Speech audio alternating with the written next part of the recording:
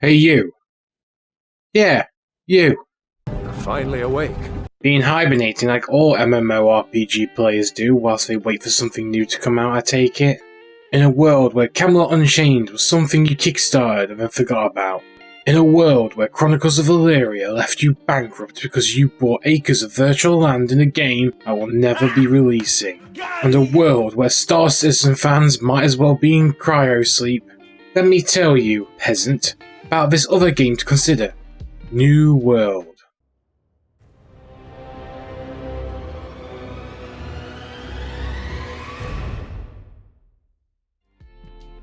So, what is New World? New World is an open world MMORPG set in the height of 17th century colonization that has been developed by Amazon Game Studios. Some of its many features include crafting, a player-driven economy, the taking and holding of settlements and forts using both Optimum PvP systems and a 50 vs 50 territory war system, open area sort of dungeon-esque locations with elite mobs, a classes system that focuses on weapon mastery instead, legendary weapons, PvE invasions from hostile forces, and corrupted breaches, which are basically sort of mini events out in the world. So plenty to cover, with more possibly coming after the game's release and further on down in development. Oh, and New World is buy to play, like Guild Wars 2 for example. No subscriptions here, it's also PC only, so unlucky you console scrubs. The story. The story, for what it is worth, is you are among a group sailing into the middle of the Atlantic Ocean to an island called Eternum, which is rumoured to possess a mineral called Azoth. Azoth is said to contain magical properties that has been rumoured to grant eternal life or incredible power to those who hoard enough of it. You are sent there to fight back the corruption that is slowly influencing the island and the corrupted minions you will face and serve as the main villain within the story, forcing you and other players to band together to push back the growing tide. The world. The Isle of Eternum is based off of, or takes inspiration from, British America. I'm sorry, I mean America!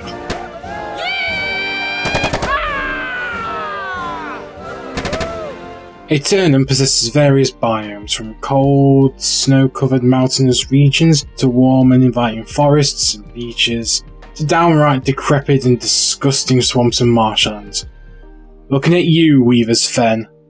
Eternum plays host to various enemies you'll encounter, such as the Lost, who range from remnants of former crews who were claimed by the island, to lost, tortured souls and former settlers who are bound to Eternum. Then you have the Ancients, whose ruins litter the landscape. They are all that is left of a former civilization that lived on the island of Eternum, yet their remains still walk the land defending what they claim is theirs. There is the Angry Earth, embodiments of nature, who have risen to defend the land from those who would defile it.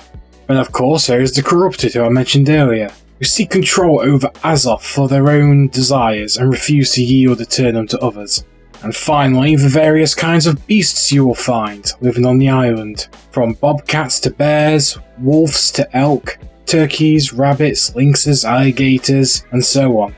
You get the idea, there is plenty to kill. And that is not all, but there are several resources to gather for crafting and other needs, from simple wood to various ores, herbs, fibres, hides, ingredients. You'll never run out of things to hunt or things to gather.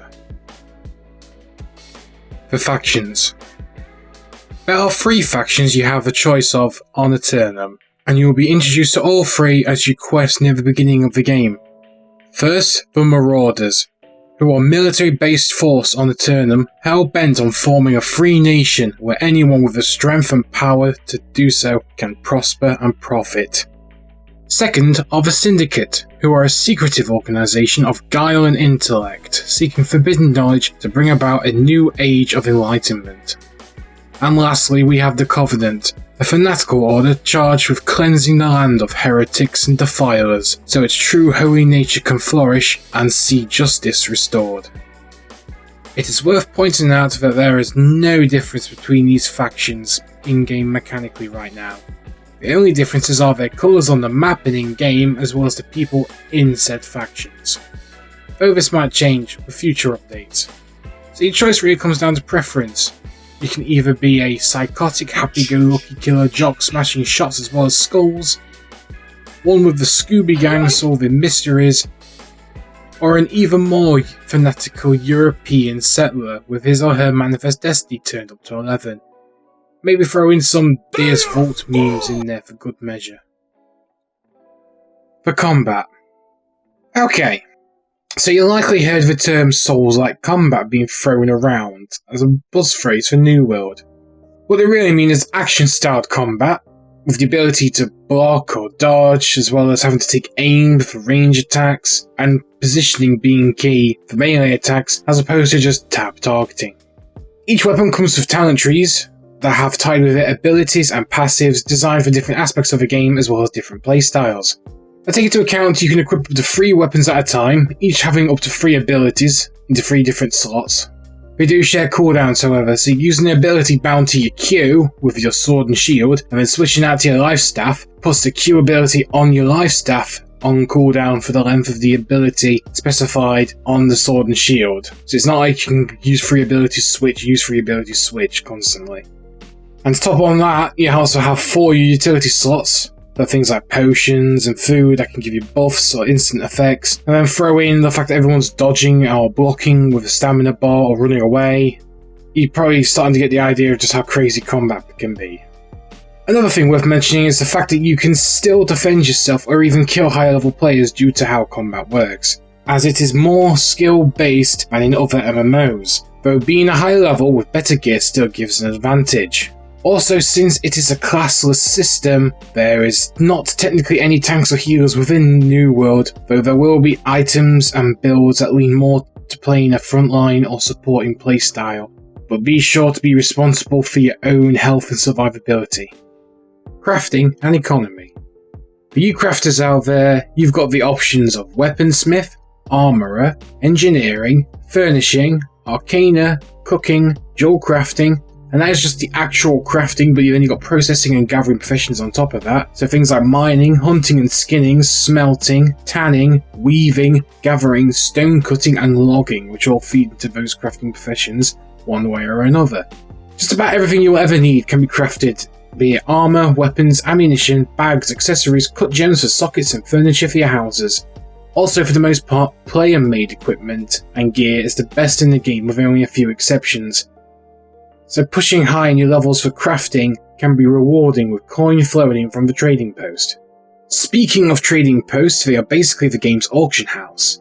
Only each region has its own trading post that operates independently from the others, leading to rivalries and competition between different regions in what they can supply and at what price, allowing a savvy trader to take advantage of shortages or certain supplies in some regions and also flip goods for a profit from one region to another.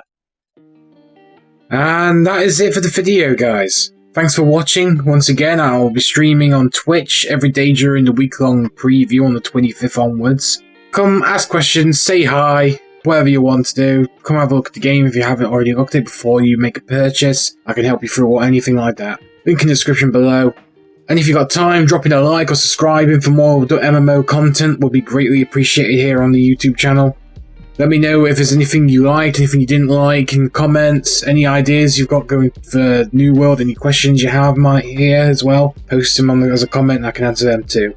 That is all from me. Again, I am Desseus of the Aurora community, and I will talk to you peasants another day. Take care.